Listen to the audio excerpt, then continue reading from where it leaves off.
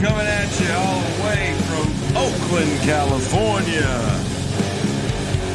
This is Revolution.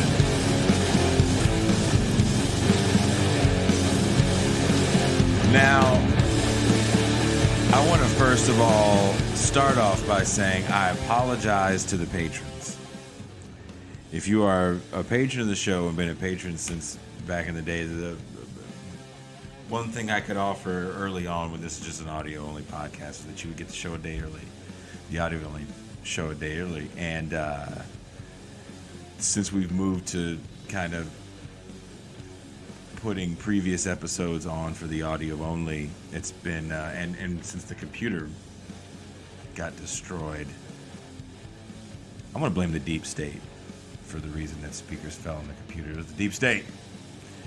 But since that's happened, it's been even more difficult for me to get these episodes up. So I apologize for not getting it up on Tuesday for patrons. Usually patrons get it on Tuesday and Saturday. So I apologize for that. First and foremost, I want to say my bad. But here we are. It is here. You still get it first, patrons. You just didn't get it Tuesday morning. Stop yelling at me. This episode is a really fun episode. Fun if there's the right word. It was an enjoyable episode to do with someone that I got to watch on the Michael Brooks show, actually, Milton Allmadi. There were some people in the chat that said we should get him on because we've definitely touched on Africa and China's role in Africa on this show quite a bit, mostly from China's perspective, because a lot of the people that we have on just for our Foreign Policy Thursday worked in think tanks or worked in China. Or so looking at Africa and China from the perspective of Africa and asking the question, is China colonizing Africa? And if so, what does that look like? Because I think when we think about colonizing, we definitely think about it from the lens of Western powers. Britain. The sun never sets on the British Empire. The United States. 800 military bases throughout 170 countries in the world. Something like that. I forget how many bases and countries off the top of my head. So it's definitely how we look at colonization, right? And it is looking a little different, but there are some of the same old problems. And we definitely took a deep dive. Milton Allmadi, what a great wealth of knowledge throughout when it came to this. And we definitely wanted to talk about certain countries individually. And we did talk about him coming back on the show. I definitely wanted to talk a little bit more about the southern tip of Africa, Zimbabwe and South Africa. And I don't know, I think we covered as much as we could in an hour. And again, if you'd like to hear the bonus half, because as we're going off, we always put people on the spot. Industry. Jason and Pascal's secret. We try to put these people on the spot so they can't come on. And Milton Allmadi was like, I'll give you 20 minutes. Came on for almost an hour for the bonus half. So if you haven't done it already yet, become a patron and you can hear and watch the entire interview in the bonus, I would say about 45 minutes, which was a really good 45 minutes. It's at patreon.com/BitterLakePresents. Become a patron. And if you want to be a part of these shows live time, then you got to subscribe to the YouTube. Like us on Facebook. Follow us on Twitter. Follow us on Twitch. YouTube.com/This Is Revolution Podcast. It's that simple. It doesn't cost you a goddamn thing. And we're not going to harass you for super chats. It's a fun, interactive hour. And it's a great community in the chat, so it's a good time all around. So I'm going to be quiet now, and here is Milton Allmadi, where we discuss China and their involvement in Africa. Once again, if you want to hear the bonus where we continue with the conversation, there's only one way to do it. Thank you guys for checking this out. My name is Jason Miles, and I am out.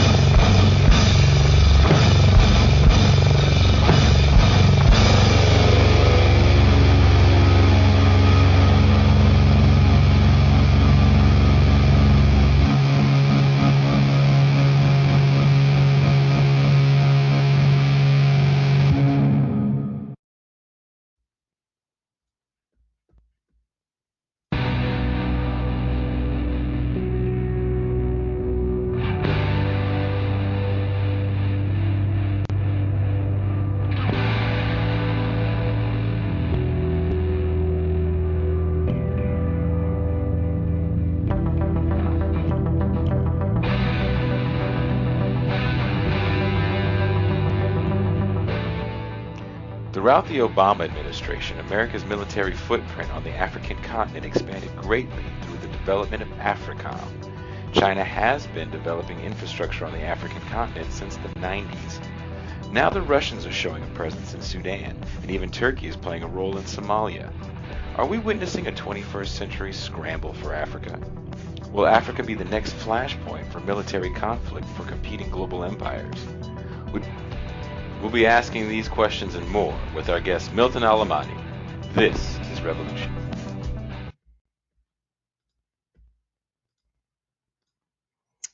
All right, welcome everyone. Happy Thursday.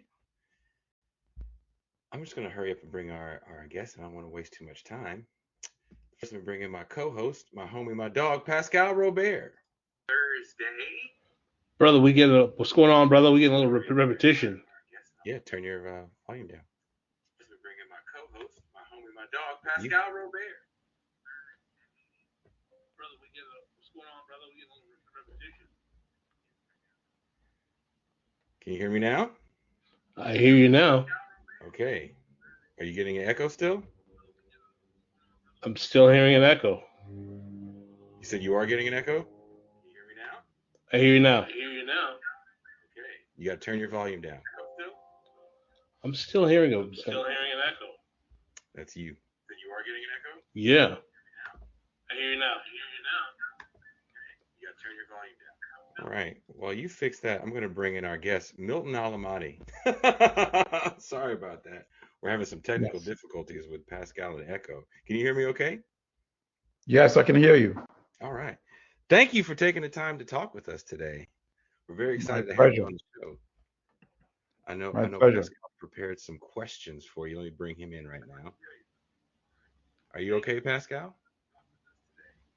Very excited to have you on the show. I know Pascal prepared some questions for you. Maybe there's another device open. Yeah. I think everyone is hearing an echo. Just Because you. I know I had a problem like that in another show I was on 2 days ago, And it turns out somebody had a second device on, and when they turned it off, then there was no problem. Because I know I had a problem like that in another show I was on Well, days ago. And it turns out thank somebody you had very a much for coming on the show with us tonight, Professor Allimadi. I know Pascal had some questions. Usually we talk about Africa on this show kind of through the lens of China's involvement in Africa. Right. So that's what another big reason why we're really excited to have you on the show, because we want to get the perspective of this involvement from Africa opposed to people that work in think tanks in China. Understood. Yeah, I wouldn't say they're giving it a whitewashing, but it's just a different perspective. And also, we wanted to get into Africom, if that's Right. okay with you. Mm-hmm. You okay? I figured Pascal? out what the echo was. Okay. The live Are you stream was ready now? playing in the background. Are you ready now? Yeah, I'm ready. Okay. You ready to ask some questions? Absolutely, absolutely. Sorry for the inconvenience, comrades. What happened is that the live stream was playing in another link in the background, and I wasn't aware of that, and that's what was causing the echo. But Okay. yes, Milton, we definitely have some questions for you. I'm glad you can join us. One of the Very first things, yeah. one of the first questions I had for you that hopefully you can share for us is, can you please define for us what exactly is Africom? What is its significance? What does it mean? What is its purpose on the African continent? Well, Africom is the U.S. version of NATO, I guess, for Africa. As you know, the U.S. is the predominant global imperial power. It enforces its economic and political will with its army, whether it's in Europe. NATO is basically the U.S. Extension of U.S. garrisons on Europe. The U.S. has flotillas that help it control the Caribbean and South America. It has troops stationed in some of those countries, and it has troops stationed in it has at least, I would say, 80 locations, garrisons on African continent, meaning some countries have more than 2 U.S. Garrisons. So Africom is basically the U.S. tool to make sure that the United States can impose its economic will, and political will on Africa. And you do it militarily. Africom was supposed to be based in Africa, on the African continent. But the U.S. has not succeeded in being able to convince a single African country, even the most reactionary ones, to accept stationing Africom on the African continent. So it's based actually in Germany. I believe it's in Stuttgart, in Germany. And from there, it extends its tentacles, whether by sending soldiers that are patrolling the coastline of Africa on U.S. ships, or sometimes, if need be, they are flown to African countries on a short-term basis or on a long-term basis. Liberia was one of the countries that many years ago had considered allowing Africom to be based in Liberia. And at that time, Nigeria told Liberia, no way, it's not going to happen. Nigeria made it known, willing, that it would be able to take action against Liberia if it had agreed for Africom to be based in Africa, on the African continent. So what the U.S. does now is the U.S. has massive presence, boots on the ground in African countries, but without officially announcing it that we're stationed in this country. So you have, for example, reactionary leaders like the dictator in Uganda, basically 100% U.S. puppet, much like Mobutu was when Congo was called Zaire.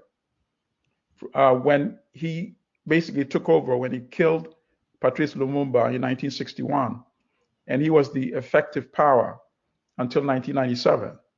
So now you have a Museveni in Uganda who does what Mobutu used to do in the 1960s. So the US has troops on the ground in Uganda. Nobody even knows how many because the numbers are not disclosed. So basically, that's what Africom is. It is the military enforcer of US will on the African continent. As you know, Africa has about 60% of the world's uncultivated arable land. Africa has the most concentration of mineral and natural resources. You name it, uranium, coltan, which is now becoming increasingly even more important because it's used to power the batteries that are going to be powering all these electric cars. And the other traditional minerals that we've always known about, gold, diamond, copper, you name it. Africa has massive concentration, not to mention oil and gas. And that is the reason why the US knows that it needs more than just being able to verbally articulate its interest in Africa. It needs a mechanism to enforce it militarily, and that's where Africom comes into place. So, in consideration of that, what do you see as the role of China on the African continent, and is their presence exploitative? Is it neo-colonial? Does China demonstrate itself to be a better development partner for African countries? And what role does the development of Africom relate to the presence of China on the continent? All right. So China is not a development partner in Africa because partnership implies some level of equality. That does not exist. Is China's imperialism better than Western United States imperialism? Yes. And what do I mean by this? China at least builds infrastructure in African countries. You know, the West does not do that. China has built roads. China has built bridges. China has built hospitals, schools,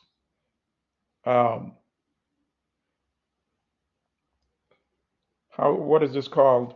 Utilities, upgraded utilities, built upgraded ports, built railways in Africa. Western countries are not doing this. But at the end of the day, China is also interested in Africa's resources. There's a difference between the China of the 21st century and the China of the 20th century. And let me explain. When African countries were still fighting for their independence in the 1960s, some became independent earlier and some later, some not till the 1970s, particularly the Portuguese colonies. Portugal is one of the poorest countries in Europe. So Portugal was not willing to let go of its colonies. Mozambique, Angola, Guinea-Bissau, Cape Verde. So Africans had to take up arms and fight for independence in those countries. They did not win it until they defeated Portugal in 1974, and they won their independence around 74, 75. Now, during that era,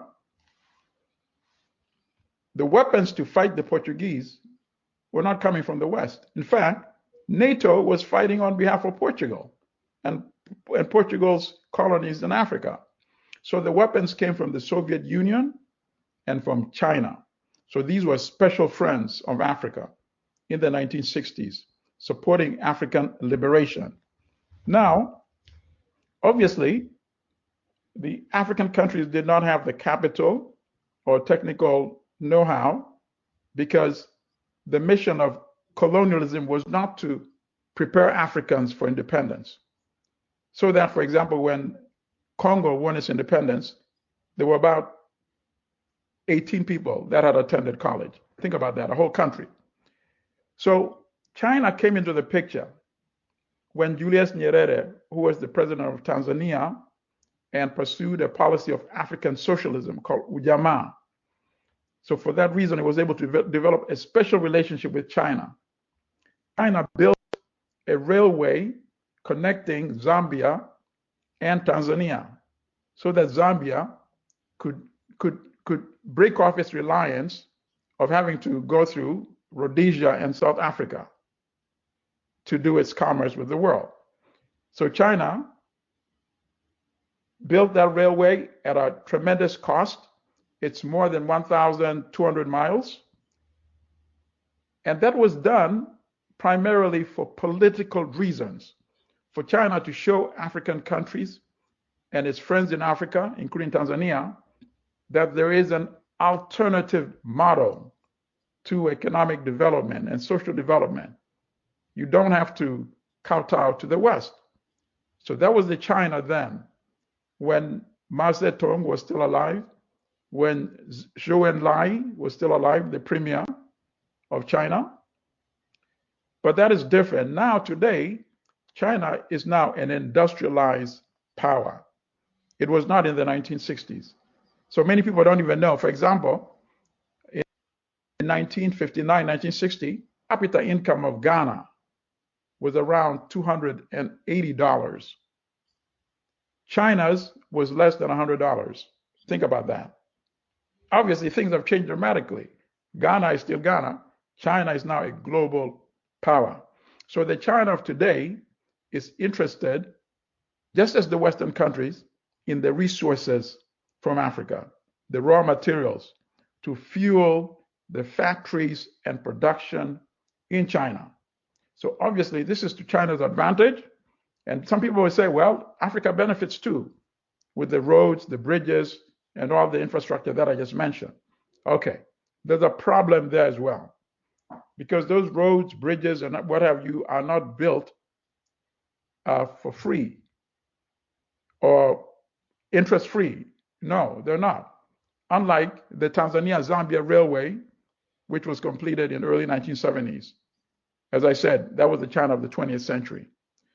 So the China of today, and I go by what the late Professor Samir Amin said, the economist, who just died a few years ago.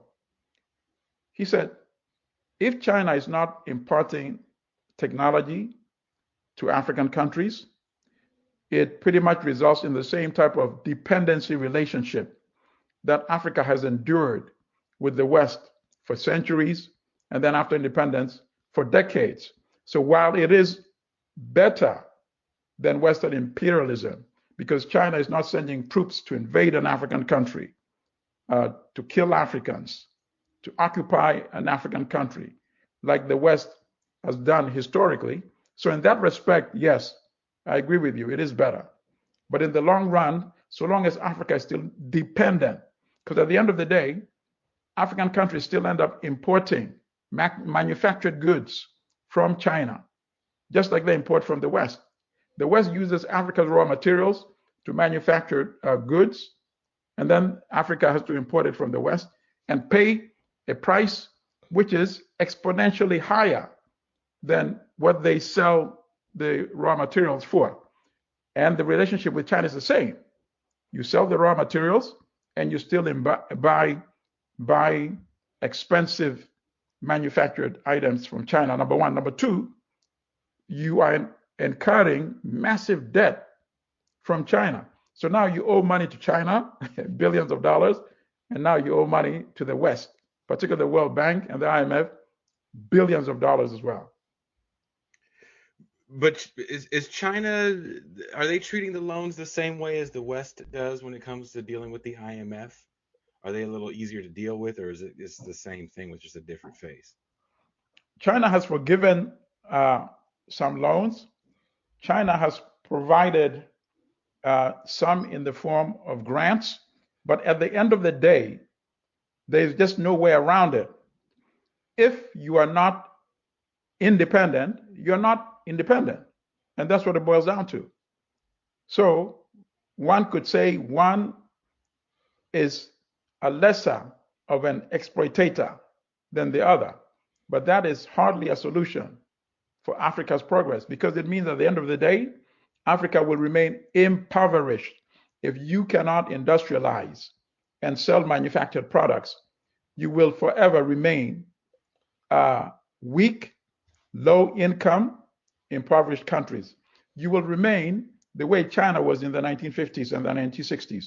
Weak, impoverished, low income, not able to defend itself or its sovereignty when Western countries could still intervene in China. Some people forget, in the early parts of the 20th century, the West could still intervene militarily and station troops in China. And it was not until the Chinese Revolution when Mao and the Red Army defeated Chiang Kai-shek, who was supported by the West. And at that time, you could still have Western troops in China. That was not a very long time ago. We're talking 60, 70 years ago. That was the China then. And Africa will remain like China was about 70 years ago, unless and until Africa controls its sovereignty, controls its resources. And if anybody wants the raw material from Africa, African country will say, yes, we will sell it to you and we will set the price. We won't take the price. How can you have a relationship where I come into your house and I say, I want these products and this is what I'm going to pay for it. And then I want to sell you these items and this is the price that I'm demanding for them. It's crazy. And that's basically the relationship that Africa has with the West as well as with China. So you don't see that China is providing the technological infrastructure development in terms of tools and learning to develop the African industrial capacity. So it's really just kind of some development projects, but not really a technological exchange. Absolutely, because once you provide, and that, by the way, that technique is never provided to anybody.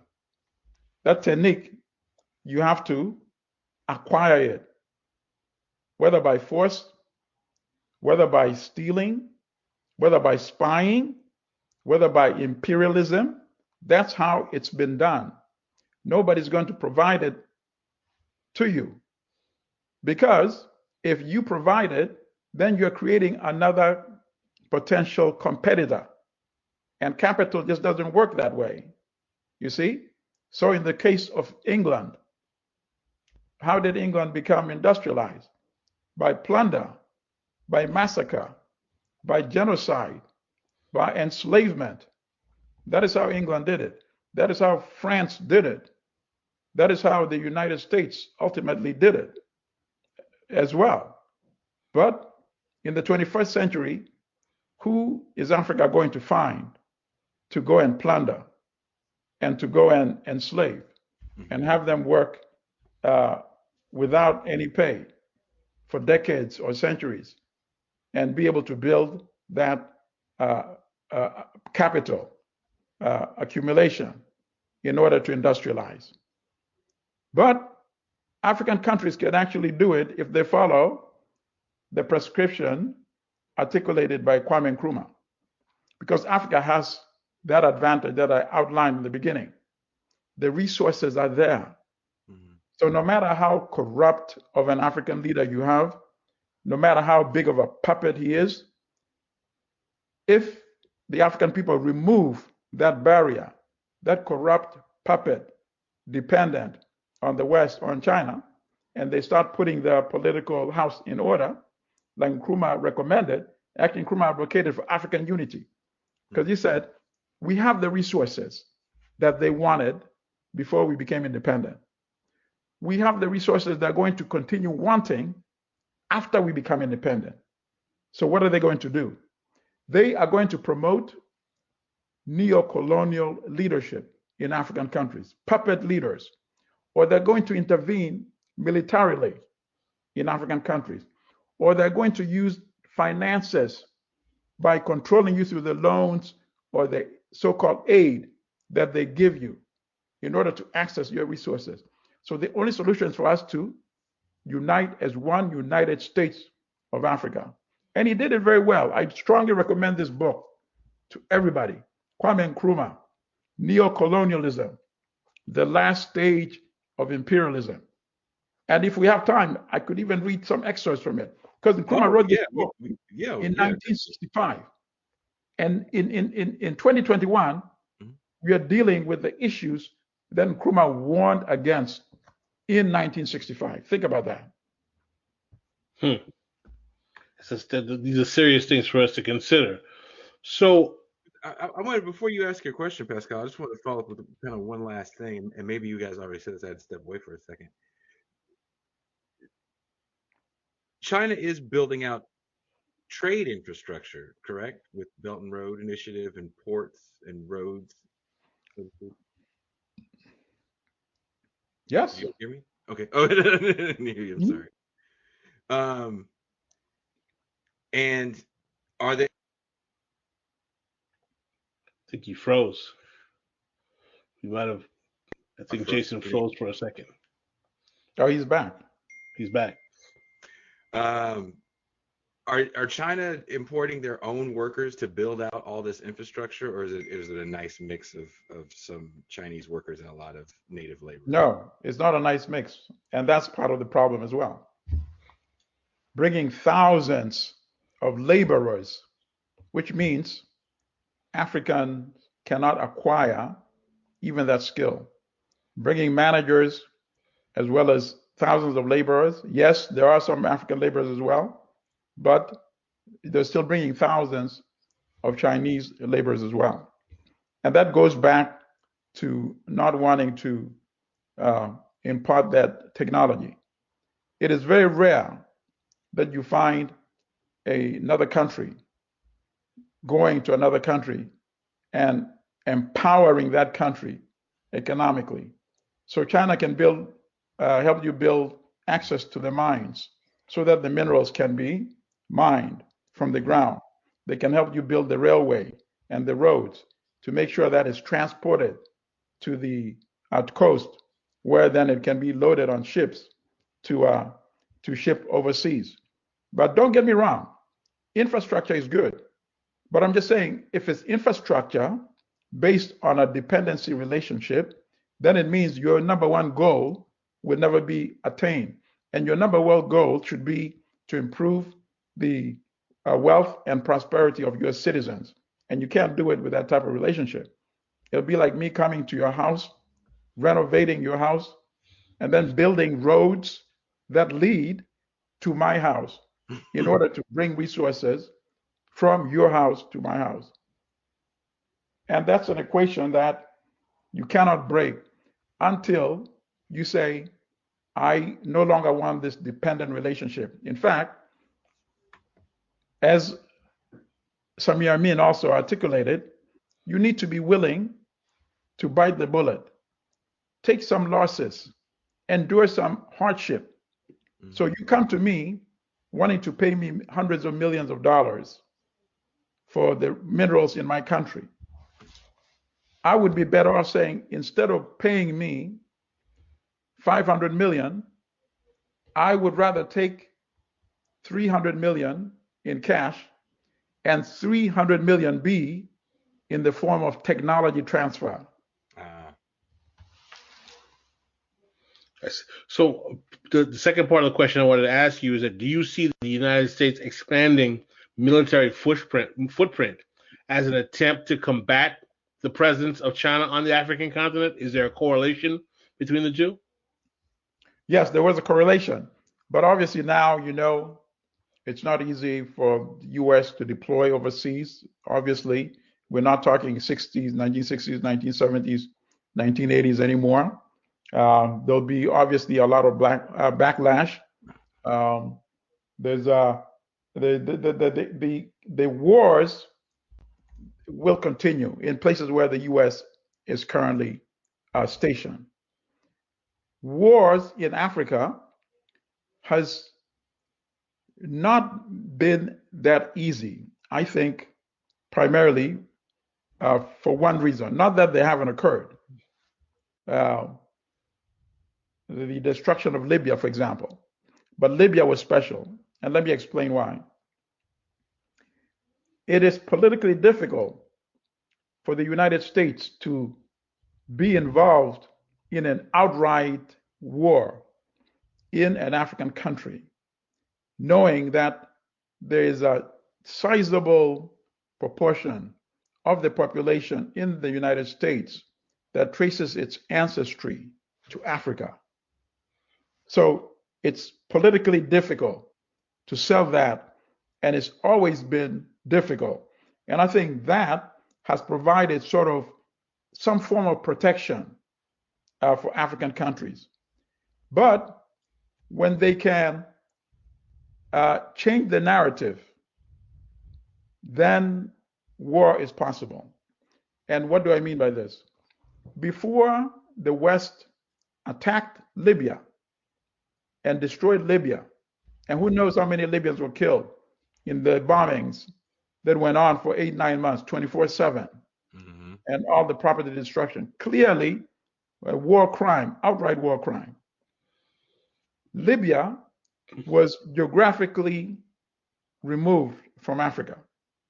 So when the NATO went to the African Union, for example, the African Union said, no, you're not going to attack an African country. They stood together. So then what did NATO do? You had Hillary Clinton running around, flying back and forth to the Gulf states and to Saudi Arabia, holding all these meetings. So they got the Arab League to make the decision and to okay the invasion of Libya because the African Union said, no way, it won't happen. In fact, the African Union sent the president of South Africa at that time, Jacob Zuma, to negotiate with Gaddafi. And he went twice. And you know how weak Africa is when the president of South Africa, the leading African country, had to get permission from NATO in order to fly to Libya, because by that time NATO had a no-fly zone. So now you have an African president getting permission from, it is just, you can't even make this up. From the West, can I fly to Libya and meet with Gaddafi? That's and insane. Okay. That's insane. It's insane. So he went there twice and he negotiated, and Gaddafi agreed. Gaddafi agreed. So Gaddafi said, okay, I'll create a humanitarian corridor so relief can be sent where the fighting is. Number one. Number two, I agree to elections, multi-party elections. Any party can run. And number three, I will not supervise the elections. I will allow it to be independently supervised. But I will also be a candidate in that election. And the West said, no, no, no. And not a lot of people even know about this because it was buried in the New York Times, like page 8 or page 11, something like that. And you can go and look it up. A tiny little story like this. The African Union plan was agreed by Gaddafi, but that was inconvenient because Gaddafi might have actually won an internationally supervised election. So they could not take that risk. And why might he have won? I visited Libya about a year before the NATO war. I went to Libya. I consider myself to be open-minded. But I have to admit, even I was influenced by some of the propaganda against Libya. Really? And Gaddafi. Yes, I admit I was. I went there and they were showing me the construction, the roads, impressive infrastructure, but they were showing me all this stuff.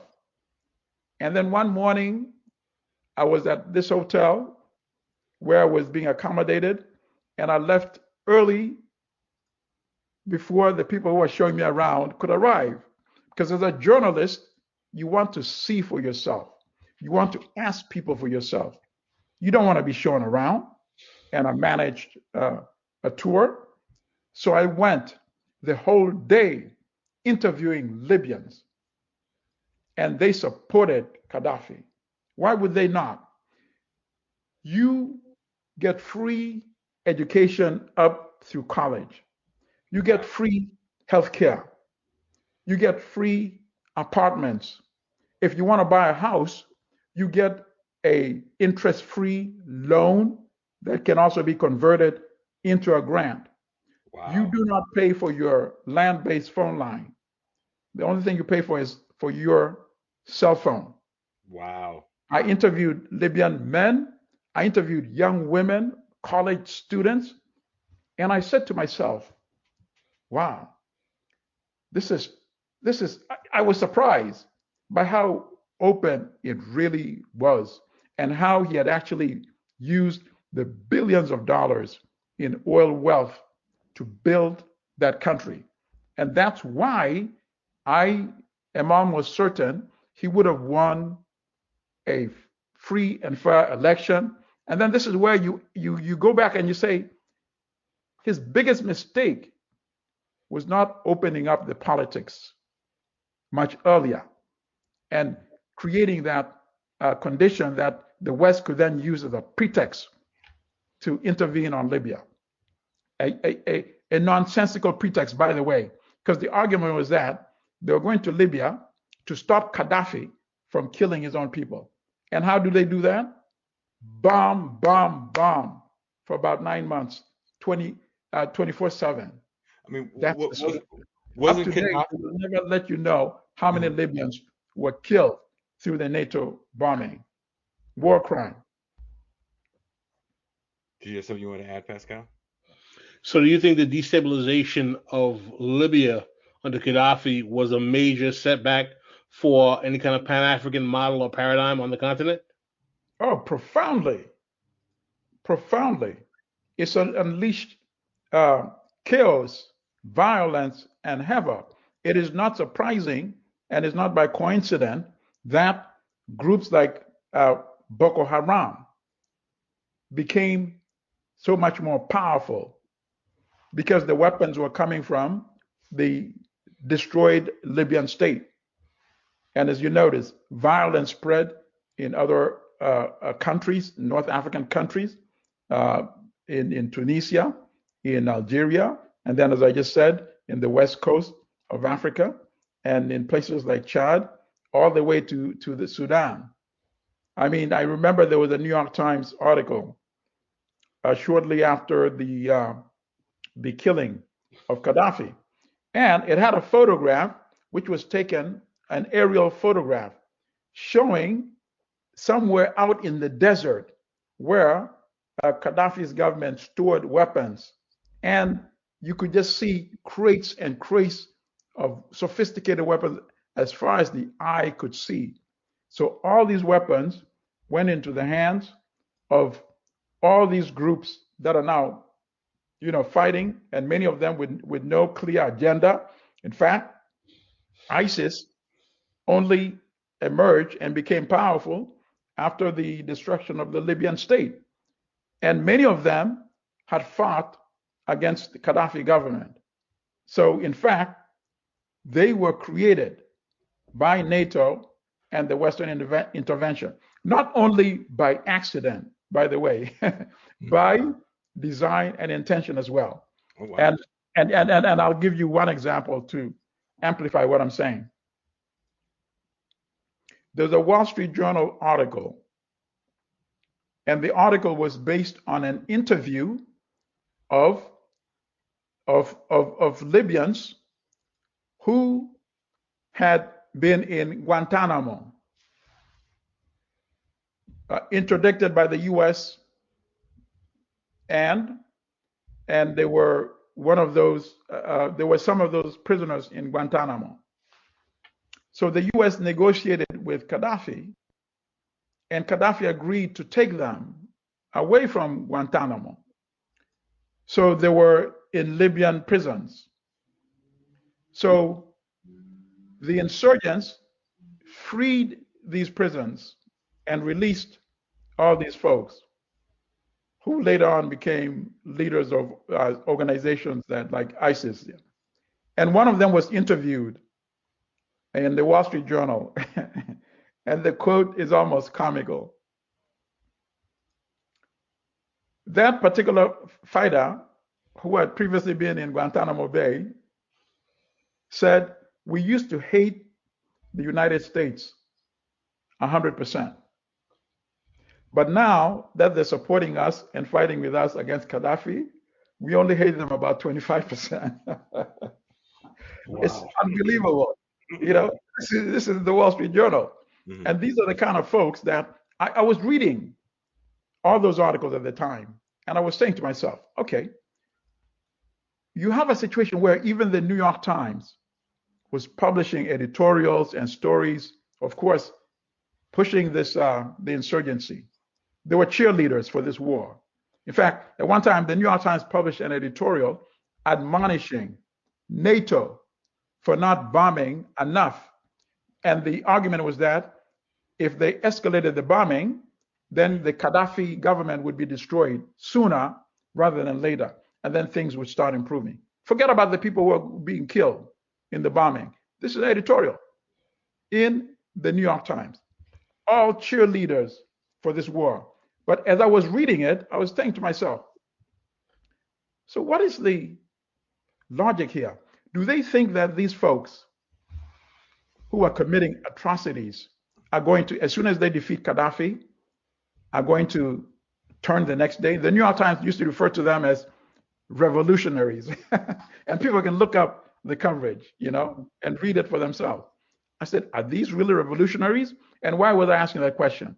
Because remember what they were doing to Libyans that look like my complexion? Not a lot of people remember that. They were beheading them and posting the videos on YouTube.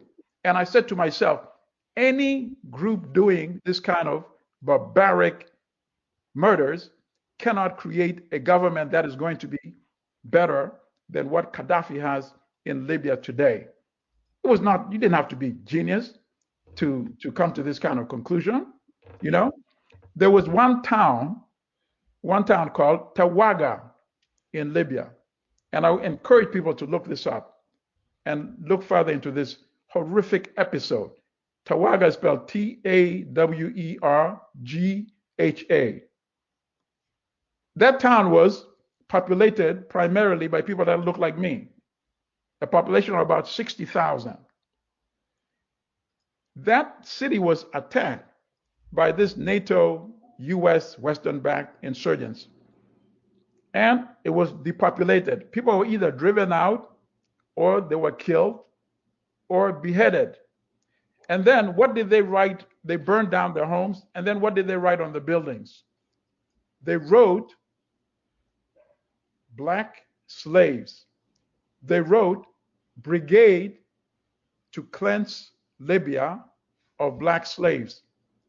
The Wall Street Journal was the only so-called mainstream corporate media to write about this. We wrote about it all the time on Black Star News and blackstarnews.com. But why did the New York Times not write about this?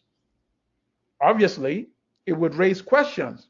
Why is the United States supporting insurgents that are ethnically cleansing and targeting Libyans that look like me and beheading that? It would make it politically unpalatable. And that's what I said in the beginning. Because there's a large constituency of descendants of Africa in this country that has always provided some protection to Africa. But now you find insurgents supported by the West killing, specifically targeting people that look like me.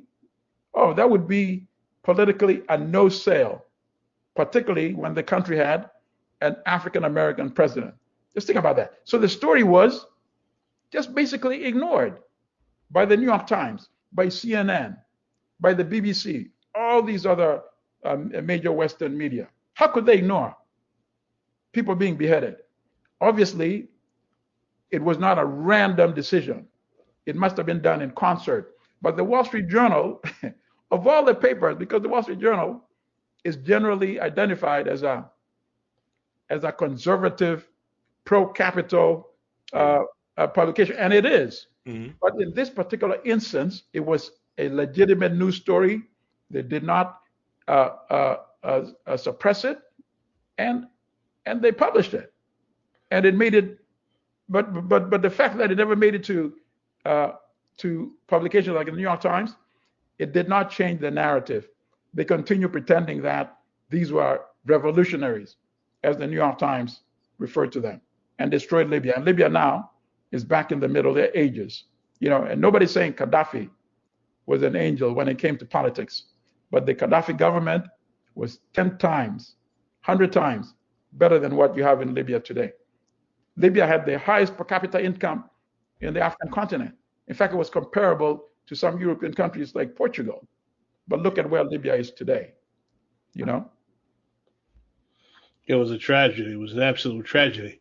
So the question I'd like to ask you, Milton, in regards to that is that now we're seeing currently that Russia is involved in terms of its relationship with Sudan on the continent. We see Turkey has relationships with Somalia on the continent. We've already discussed the presence of China on the African continent. Are we seeing a type of 21st century scramble for Africa where there's a potentiality that Africa may be the flashpoint for a major military conflagration between empires that can have long-term geostrategic ramifications? I'd like you to elaborate on that, please. All right. So the first part of the question, my response is yes. An ongoing scramble. The scramble never really ended. It's just the politics has changed. Some African states have become weaker, so they're readjusting the scramble. But it's not a new scramble. And I'm glad you used that term. Basically, it is a continuation of the original scramble in 1884, and is what's going on. It's what's going on right now, because as the years go by, the African states become weaker, become more marginalized, become less respected, and less defended. So if Western countries can go and completely ignore sovereignty and obliterate a country like Libya, what is to stop them from doing whatever they want to do in any other African country? And obviously, it's not, as you pointed out, not just limited to the West now. There are new players coming onto the scene, taking care of filling the vacuum that remains on Africa. You're not going to have a continent with all the resources that I just listed earlier, with zero military power to protect itself, because they're all fragmented into all these small states. And you can't have that situation and not expect for outside countries to come and try to take advantage of these isolated, balkanized, weak African states. And that's what's going on. The resources are there. These countries that are industrializing need and want the resources, and they know they can just basically come and take it. Now, is that the only Africa we can imagine? Of course not. Because Africans that know how to build states that would be able to protect Africa's sovereignty and use Africa's resources to build wealth for Africans, people have always emerged throughout African history. Whether you go in the pre-independence era and Africans that resisted and fought against the colonial penetration, we don't even have to go that far. We can start with Nkrumah. As I outlined earlier, Nkrumah knew the dangers that lay ahead. You can start with Patrice Lumumba. That's the vision of a unified Africa that he also wanted, because he was mentored by Nkrumah. You can go back and look at what Thomas Sankara did in only the 3 years that he had as leadership in Burkina Faso. He started off by changing the name of the country. He said, what does Upper Volta mean? I don't know what that means. Burkina Faso, land of the upright people. You start off with the name. I'm a Burkinabe. I'm not an Upper Voltan. And then he started questioning them. He said, if And I strongly recommend this documentary, Thomas Sankara, The Upright Man. Yes, great documentary. People should watch that documentary and see what Sankara was able to do within 3 years. Food self-sufficiency, education, healthcare, even attacking deforestation. They built 10 million trees. Just think about that. This is a man who was way ahead of his time. We're talking in the 1980s. And then he touched the third rail when he said, when he attended the Organization of African Unity meeting before the AU was formed, the AU supersedes the OAU now. And he said, we need to renounce the debt. This debt is holding us back, preventing us from developing, building our countries. But if I renounce it alone, I won't be alive to attend next year's meeting. And this was in 1987. But they cannot assassinate 54 African presidents. And there's a video on YouTube. If you Google Thomas Sankara and the foreign debt, or Thomas Sankara and OAU meeting 1987, that video will pop up. And you see the African leaders are nodding and chuckling because they know he's speaking truth to power. But they did not support him. And he did not live more than 3 months after that.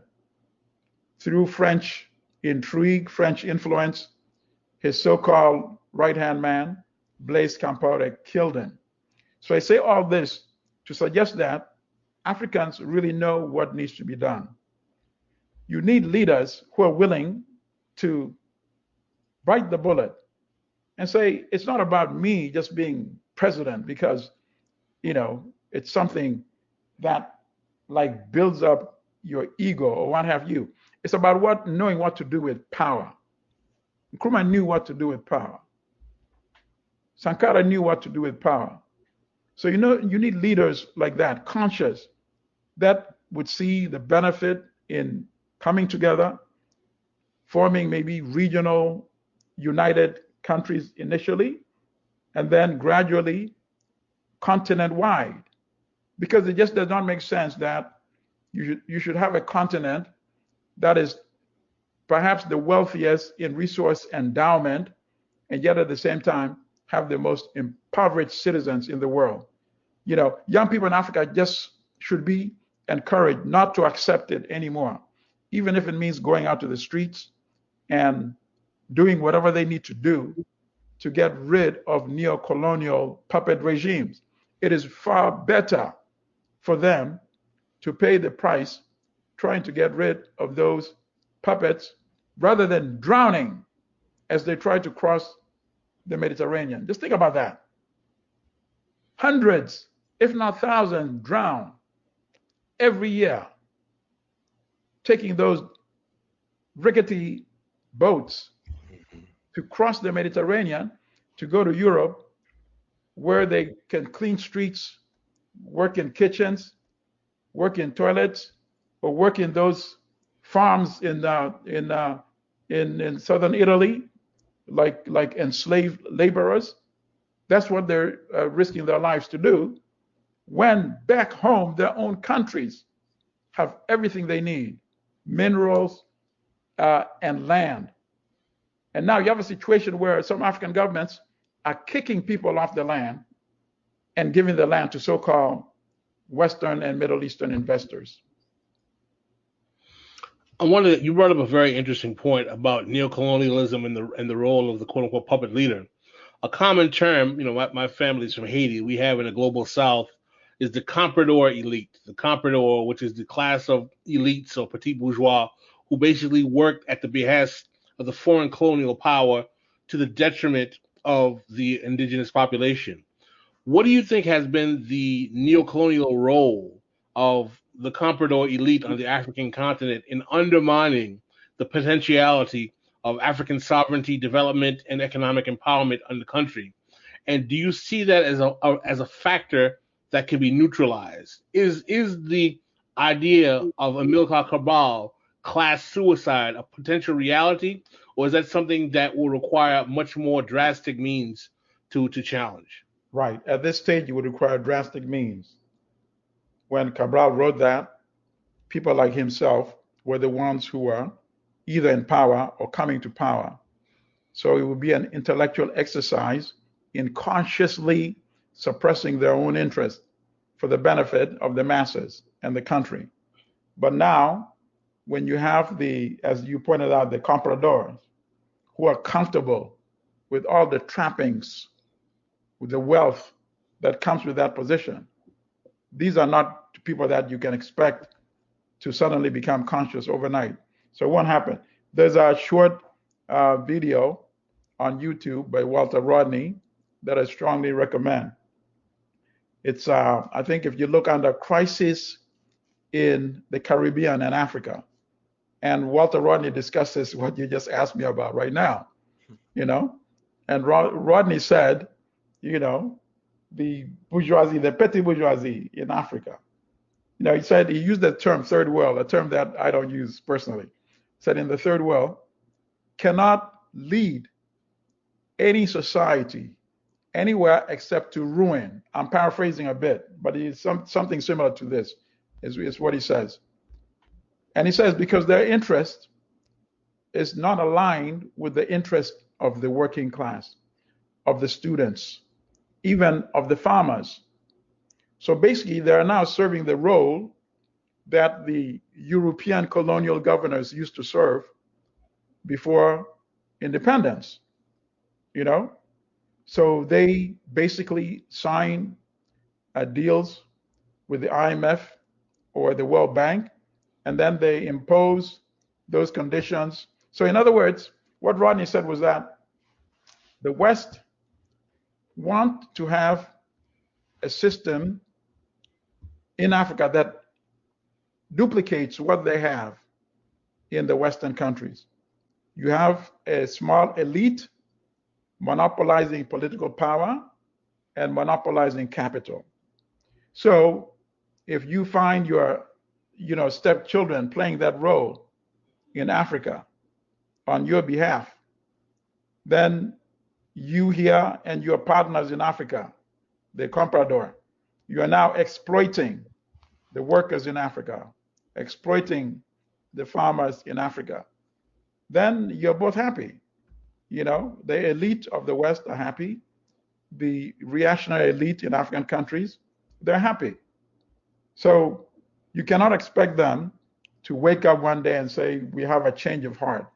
We need to do right by Africa. No, normally they have to be removed. And Rodney said, ultimately, you need to have parties that pursue the interest of the people that need to benefit from the programs. And these are the workers, these are the farmers, and these are the students. In fact, Rodney said this has always been the problem when we talk about Africa. We always talk about, what role can we play in changing the dynamics and the structure? He said that's the wrong way to look at it. He said the question to ask is, who are the people best placed in a position to really fundamentally change Africa? And he said at the risk of even eliminating himself, then you would have to agree that the workers, the students, and the farmers. So you need parties that represent their interests. In other words, parties that they would create and they themselves would lead. That only then can they really exercise power in Africa. Does that class consciousness exist on the African continent? Because it seems to be lacking in the Black diaspora generally. Okay, so you asked the most difficult question now. Well, that class hold consciousness. on. Before you answer it, it is okay. We are at about an hour. That hour flew by.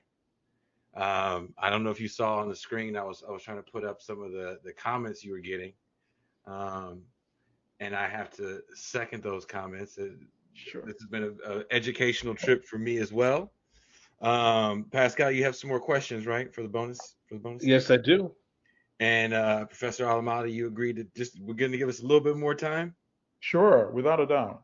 Oh, okay. This is a beautiful thing. So if you We're gonna guys send go ahead. we're gonna send you a link to the next segment in the inbox, like I sent you this one, so you can sign into the next 20 minutes. Okay, sure. So for all of you guys that are patrons, the link is already up for the bonus half with Professor Allimadi.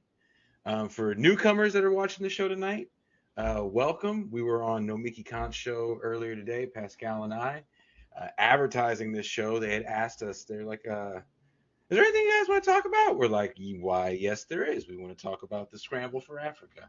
So we got to go on the show and definitely do a great trailer for this one.